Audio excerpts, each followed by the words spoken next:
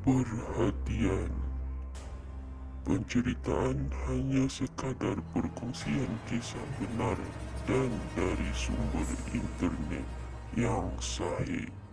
Hai geng, Assalamualaikum. Welcome to channel Faiz Cerita.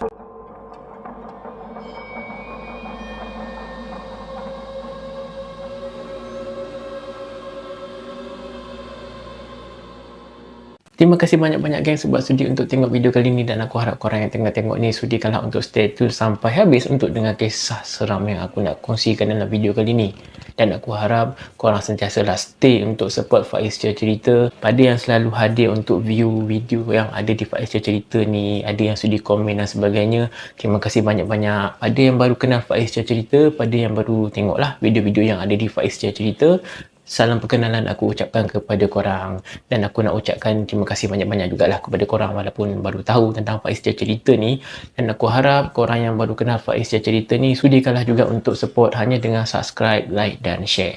Sebelum aku nak memulakan penceritaan aku dalam video kali ni geng, aku nak beritahu macam biasalah, sekiranya kalau ada kelemahan, kesilapan, tersalah cakap dan sebagainya, aku minta maaf terlebih awal dahulu. Dan kalau korang ada apa-apa pandangan, pendapat yang korang nak kongsikan dalam setiap kisah-kisah seram yang aku sampaikan kepada korang, korang boleh komen je. Dalam video kali ni, apa yang aku nak kongsikan, satu kisah seram yang dikatakan kisahnya kisah benar yang berlaku pada tahun 1990-an. Kisah ni memang agak lama, tapi aku tak tahulah berapa ramai yang dah tahu kisah ni. Sebab macam aku sendiri, aku baru je dapat tahu tentang kisah ni, dan aku nak juga kongsikan kepada korang. Mungkin korang ada pandangan ataupun pendapat yang korang boleh sharekan dengan aku lah. Dikatakan dilalui oleh seorang pakcik yang bernama Ishak, yang dia ni merupakan seorang pemandu kereta sewa di Terengganu. Pada satu hari, Pakcik Ishak ni bagi tahu dia dapat seorang penumpang, seorang wanita yang misteri, dan dikatakan wanita yang misteri itu adalah hantu.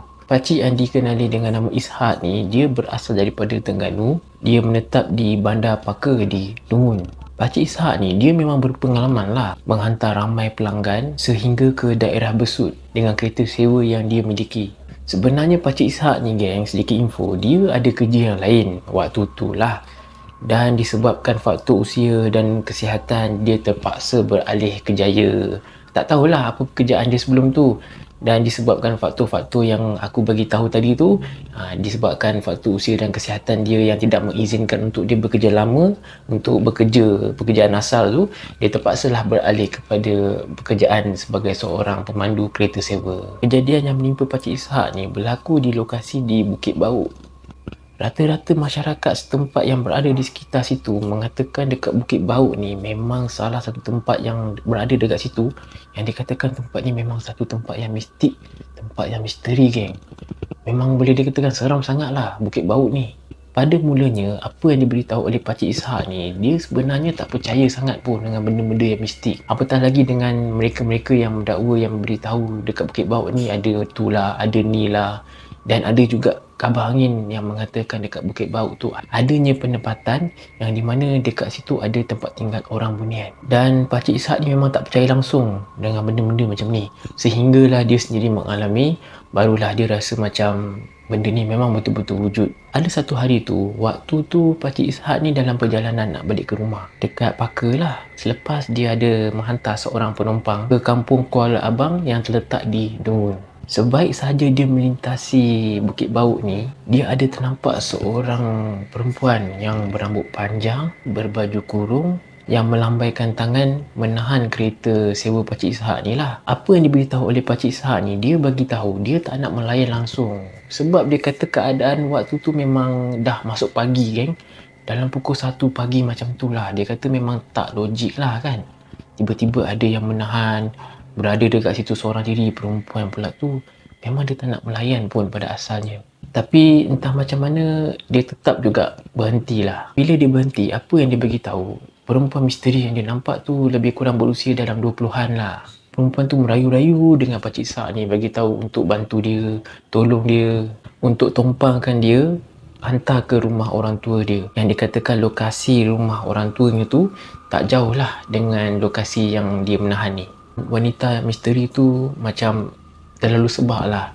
Dia betul-betul merayu sangat dengan Pakcik Ishak ni agar bantulah dia. Dia bagi tahu dekat Pakcik Ishak ni dia dah kehilangan barang peribadi termasuk dengan beg duit. Dan Pakcik Ishak ni beritahu, bila dia dah dengar wanita ni beritahu macam tu, dia kata dia tak sampai hati. Dia pun mempelawalah wanita ni masuk dalam kereta untuk dihantarkan baliklah dekat rumah orang tua dia. Pakcik Ishak bagi tahu dekat wanita ni yang dia akan menghantar wanita ni dekat rumah orang tua dia tu tidak mengenakan sebarang cas. Bila wanita ni dah masuk dalam kereta Pakcik Ishak ni, dia duduk dekat belakang. Kata Pakcik Ishak ni, dia sangat-sangat nak tahu lebih lanjut pasal perempuan ataupun wanita misteri yang dia tumpangkan ni. Dia nak tahulah lebih detail, macam sedikit latar belakang.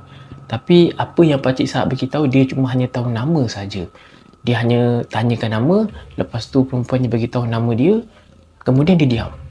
Tak bercakap apa-apa dah. Sepanjang perjalanan tu memang dia diam je. Dan sedikit info apa yang dikongsikan tentang penampilan perempuan tersebut, dia memakai baju kurung yang di mana baju kurung tu agak sedikit berkedut dan berkerumuk sikit. Tapi memang bau yang sangat wangi ada dekat perempuan tu. Pakcik Ishak ni bagi tahu pada masa yang sama dia rasa was-was, geng. Sebab dia bagi tahu dalam perkongsian dia tu, kemungkinan perempuan yang dia tumpahkan ni adalah jemaah yang tiba-tiba boleh hilang dalam sekelip mata. Tak lama kemudian sampailah dekat destinasi. Bila dah sampai dekat situ, perempuan yang Pakcik Ishak dia tumpangkan tadi, dia sempat tunjuk dekat Pakcik Ishak ni rumah orang tua dia. Rumah tu terletak di tepi jalan. Lepas tu dia pun mengucapkan terima kasih pada Pakcik Ishak ni dan dia pun berlalu pergi. Lepas daripada kejadian yang pelik ni, geng, kata Pakcik Ishak ni, hari demi hari dia kata rezeki dia melimpah ruah, mencurah-curah rezeki dia. Dia dapat terima penumpang yang sangat ramai, terutama bagi perjalanan yang jarak jauh. Selepas beberapa minggu kejadian tu berlaku, Pakcik Ishak ni beritahu hati dia rasa macam tak sedap, geng. Dan pada masa yang sama, dia rasa macam tak puas hati. Dia nak tahu juga apa sebenarnya yang terjadi. Dia memang nak kepastian sangat pasal perempuan misteri yang dia tumpangkan ni. Disebabkan perempuan tu ada tunjuk dekat Pakcik Ishak ni rumah orang tua dia kat mana. Jadi ada satu hari tu Pakcik Ishak ni pun pergilah dekat rumah yang dia tunjuk tu.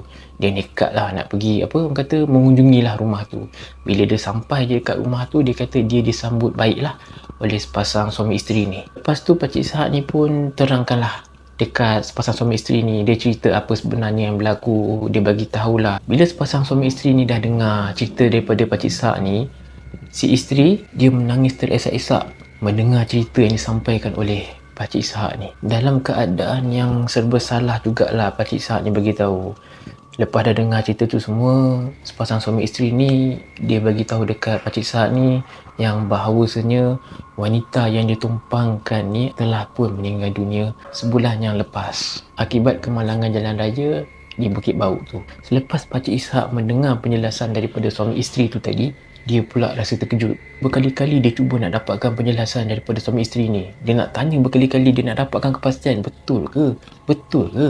Sebab dia rasa macam tak percaya. Untuk memberi kepastian dan kepuasan pada Pakcik Ishak ni tadi, suami isteri ni tadi dia tunjukkan pusara anak dia yang telah meninggal dunia tu kepada Pakcik Ishak ni, yang terletak tak jauh daripada rumah mereka. Selepas dapat tahu apa yang dah terjadi, keadaan yang sebenar, Pakcik Ishak ni dia demam untuk beberapa hari, geng. Walaupun dia kata dia tak pasti apakah hikmah di sebalik kejadian tu. Sejak daripada peristiwa tu, lepas dah berlakunya peristiwa tu, yang misteri tu, Pakcik Ishak ni beritahu dia kerap memasang ayat-ayat Al-Quran di dalam kereta, terutama bila dia memandu waktu malam hingga ke tengah malam lah, dia kata. Jadi itulah geng, sebuah sedikit kisah seram yang aku nak kongsikan kepada korang dalam video kali ni. Dan aku nak tanya pada korang tahu tak pasal kisah ni? Ataupun mungkin korang tahu ada info yang aku salah ke? Ataupun kalau ada apa-apa yang korang sudi untuk sharekan ke, korang boleh komen. Cuba korang bagi tahu kat aku, sebenarnya perempuan misteri yang tumpang kereta Pakcik Ishak ni, dia sebenarnya adalah hantu ataupun roh, geng. Sebab macam aku sendiri tertanya-tanya juga tentang kisah seram kali ni. Aku tak boleh nak buat andaian ataupun spekulasi yang bukan-bukan kan. Nak kata roh, aku takut bukan. Nak kata hantu pun aku takut bukan. Jadi korang yang tengah tengok ni, kalau korang sudi, korang sharekan pandangan korang. Apa-apa pun, geng, terima kasih banyak-banyak untuk stay tune, tengok sampai habis setiap kisah-kisah yang aku sampaikan dalam video yang ada di Faiz Cerita, termasuklah video yang ni. Dan sekiranya kalau ada kekurangan, kelemahan, geng, aku betul-betul minta maaf banyak-banyak. Tapi aku akan cuba perbaikilah untuk memberi tatapan yang terbaik untuk korang. Aku harap geng korang sentiasa support, sentiasa enjoy untuk dengar kisah-kisah seram yang ada di Faiz Cerita. Pada yang baru tengok ni guys, aku harap korang sudi untuk support dengan subscribe, like dan share. Aku tak dapat nak balas jasa kebaikan korang yang sudi tengok, yang sudi support. Apa yang mampu aku lakukan untuk korang guys, aku sentiasa mendoakan korang, semoga korang sentiasa dimurahkan rezeki selalu, sihat dan juga panjang umur. Amin. Jadi geng, apa-apa pun geng, stay tune untuk tengok video yang di masa akan datang. Jangan lupa tengok juga video-video yang lain yang ada di Faiz Cerita ni. Segala penceritaan hanyalah sekadar perkongsian, hiburan semata-mata. Kalau korang ada pengalaman, ada kisah seram yang korang nak kongsikan, korang boleh emailkan je di Faiz Cerita. Buat akak, abang, pakcik, makcik, adik-adik ke yang tengok Faiz Cerita ni, saya nak ucapkan terima kasih banyak-banyak kepada korang sebab sudi untuk tengok video kali ni. Terima kasih banyak-banyak. Terima kasih semuanya. Jumpa dalam next video, insya-Allah. Assalamualaikum.